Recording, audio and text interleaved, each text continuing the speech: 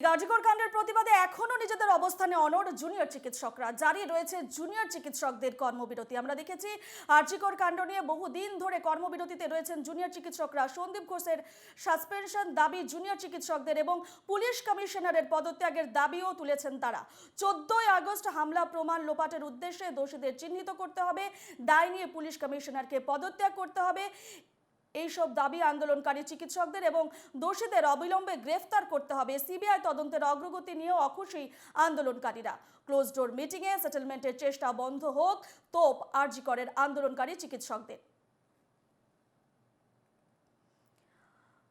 কর্মবিরতিতে রয়েছেন জুনিয়র চিকিৎসকরা। আমরা এই নিয়ে আরো বিস্তারিত জানবো। আমাদের সঙ্গে সরাসরি রয়েছেন আরজিকর থেকে আমাদের প্রতিনিধি সচিন রক্ষিত। সচিন, আরজিকর কাণ্ডের প্রতিবাদে এখনো নিজেদের অবস্থানে একেবারে অনড় জুনিয়র চিকিৎসকরা। জারি রয়েছে জুনিয়র চিকিৎসকদের কর্মবিরতি, ঠিক কি ছবি আজকে?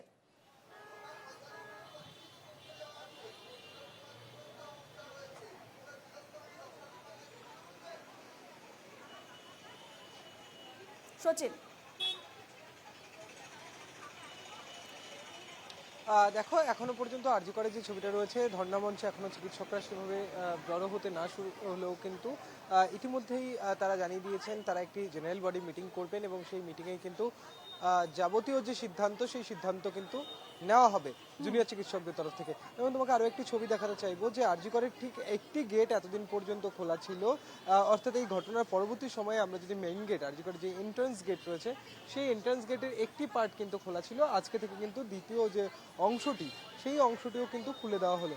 অর্থাৎ এই হাসপাতালকে স্বাভাবিক ছন্দে ফেরাতে যাবতীয় যা প্রস্তুতি সেই প্রস্তুতি কিন্তু বা সেই চেষ্টা কিন্তু চালানো হচ্ছে যারা হাসপাতাল কর্তৃপক্ষ রয়েছে তাদের তরফ থেকে।